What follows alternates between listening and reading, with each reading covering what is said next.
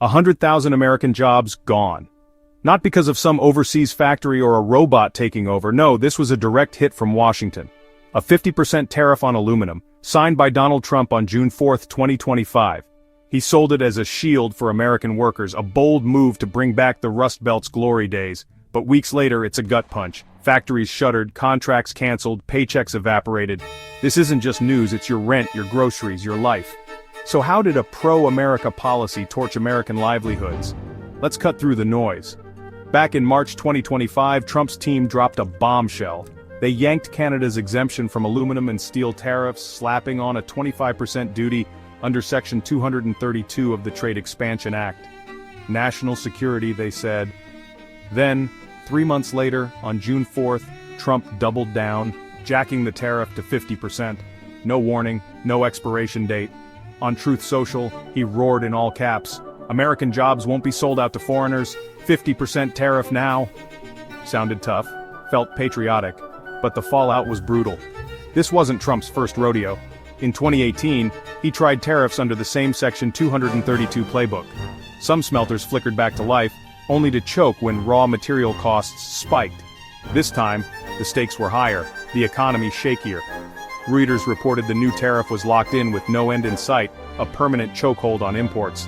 Commerce Secretary Gina Raimondo tried to soft-pedal the damage.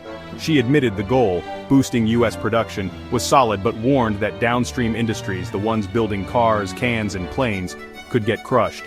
Senate Finance Chair Ron Wyden doubled down, saying the tariff was pouring gas on already sky-high manufacturing costs. Lawmakers from Michigan, Ohio, and Texas, America's industrial heart, weren't cheering. Even Trump loyalist Senator J.D. Vance, in a closed-door briefing, admitted the risk of strangling supply chains while trying to save them. The tariff wasn't just policy, it was politics. Trump's team called it Phase 2 of his economic revival, a blunt weapon to win back Rust Belt voters with fiery protectionism. It played great on TV, less so in reality. The Aluminum Association fired off a response within 24 hours. They backed stronger U.S. production but sounded the alarm. Most aluminum jobs aren't in smelting, they're in fabrication, transport, and assembly. For every smelter job saved, up to 16 others could vanish. Home builders, automakers, even beer companies felt the heat.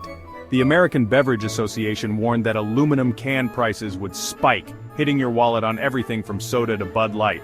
Wall Street saw it coming. Ford, GM, Boeing, and Ball Corporation stocks tanked 2 to 5% the day Trump announced the tariff. Bank of America analysts called it a short-term win, long-term disaster. Then there's the global fallout. Canada, the EU, South Korea, key allies, were blindsided. The move ripped open old wounds from 2018's trade wars. Whispers of WTO complaints and retaliatory tariffs started swirling. Trump didn't blink. "If they're screaming, we're winning," he told Newsmax. His base ate it up. Policy wonks saw a rerun of a bad movie, just with bigger explosions. The body count came fast. Alcoa, a titan in U.S. aluminum, warned of 20,000 direct smelting jobs and 80,000 indirect jobs, transport, maintenance, assembly, on the chopping block. That's 100,000 livelihoods tied to one signature. These aren't just numbers. It's your neighbor's paycheck, your town's diner closing, your kid's school cutting teachers. Why? It starts with costs. Aluminum smelting guzzles energy, 14,821 kilowatt-hours per ton. In April 2025, U.S. industrial electricity hit 8.21 cents per kilowatt-hour, up from 7.79 cents the year before. Across the border in Quebec, hydro-powered smelters paid as low as 2.48 cents. Do the math. U.S. smelters were bleeding cash before the tariff even hit. Then came the premium shock. U.S. aluminum premiums jumped 12% to 24 cents per pound. Domestic mills couldn't compete with cheaper Canadian imports, even with the tariff. Factories making siding, cans, or plane parts faced a grim choice: eat the cost or cut jobs. Layoffs hit hard. Rust Belt plants slashed entire shifts. Truck builders, can makers, aerospace suppliers, all scaled back. By March, Canadian unions reported layoffs too, proof the pain was crossing borders. Energy markets took a hit as well. Industrial power demand dropped as factories idled, pushing per-unit electricity costs higher. A vicious cycle. Higher tariffs, less output, pricier power. Alcoa's CEO, Bill Oplinger, didn't mince words. You can't run a smelter on hope, you need cheap, stable power. U.S. energy contracts, short-term and volatile, can't match Quebec's 20-year hydro deals locking in 4 cents per kilowatt hour. That gap, millions in extra costs, killed expansion plans. Minnesota and Texas smelters stayed on ice even as global demand for low-carbon aluminum surged. Downstream industries buckled. Michigan, Ohio, and Pennsylvania saw furloughs and order freezes. Economists noted a clear dip in manufacturing jobs by May, tied directly to the tariffs rollout. This isn't just about numbers, it's about communities unraveling. Local tax revenues tanked, small-town shops and schools started tightening belts. A factory shutdown doesn't just kill jobs, it guts the ecosystem. And for what? A policy sold as protection that's starting to look like a self-inflicted wound. Part 2 digs deeper into the global ripple effects and what's next.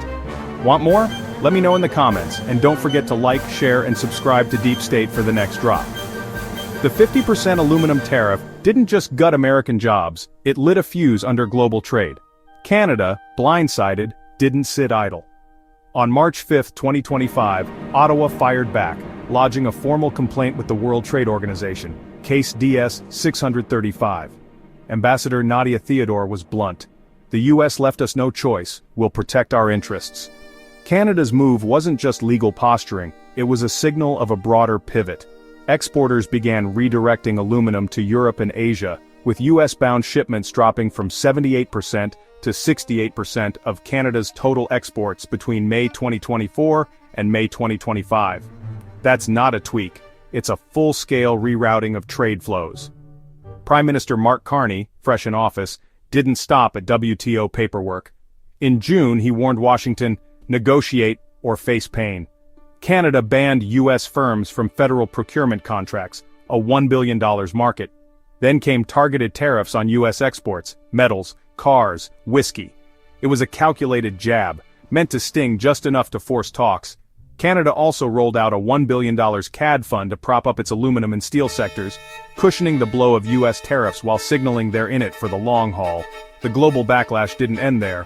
Australia's Trade Minister Don Farrell called the U.S. tariffs economically reckless, hinting at their own WTO action. The EU held off on immediate retaliation but sharpened its knives, with diplomats quietly revising trade contingencies. Japan and South Korea, still scarred from 2018's trade wars, pressed Washington to back off while updating their own playbooks. The message was clear. America's allies weren't just annoyed, they were ready to hit back. Back home, the tariffs' fallout kept spreading. U.S. smelters, meant to be the big winners, were drowning. Why? Energy costs. Aluminum smelting burns through 14,821 kilowatt-hours per ton. In the U.S., industrial electricity hit 8.21 cents per kilowatt-hour in April 2025, while Quebec's hydro-powered smelters paid as low as 2.48 cents. That gap, 75% cheaper energy, made Canadian aluminum a bargain.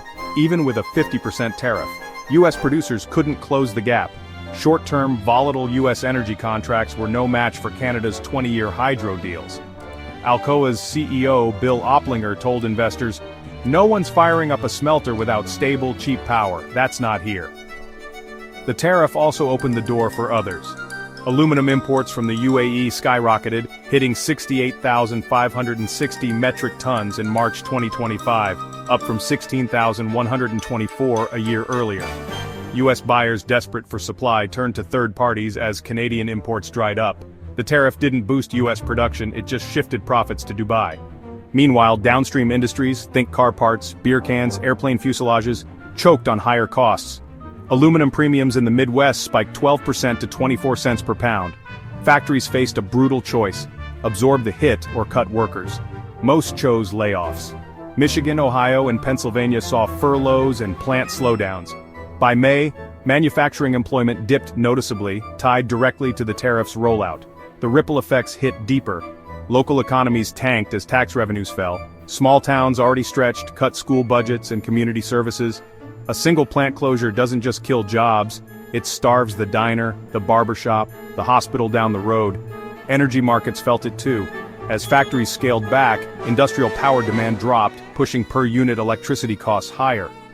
The U.S. Energy Information Administration clocked the trend: lower output, higher rates, a feedback loop that punished energy-hungry industries.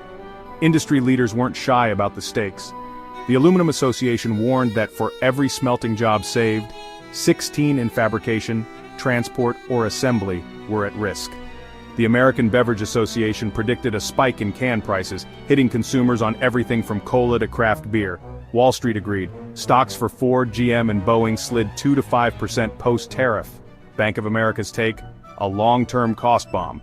Even Trump ally J.D. Vance admitted in private, "We're risking our own supply chains." The tariff was sold as protection, but it was starting to look like sabotage. So what's the fix? Some economists say drop the tariff to 20% to ease the pressure. Others push tax breaks for recycled or low-carbon aluminum, a growing global market. But the real issue runs deeper: energy. Canada's hydro advantage isn't going away. U.S. smelters need long-term, dirt-cheap power contracts to compete. Think too, 4 cents per kilowatt hour locked in for decades. Without that, new smelters in Minnesota or Texas stay on hold. And downstream industries? They need relief from sky-high input costs, or the layoffs keep coming. The bigger question is strategy. Is America better off raising trade walls or investing in smarter infrastructure? Tariffs sound tough, but they're a blunt tool, more likely to bruise than build. Real change means tackling energy costs, modernizing grids, and doubling down on innovation. Otherwise, it's just more pain for workers, communities, and allies. The tariffs fallout isn't abstract. It's 100,000 jobs gone, towns hollowed out, and allies turning away. What's your take? Are we protecting America or breaking it? Drop your thoughts below and hit like, share, and subscribe to Deep State for the next dive into what's really going on.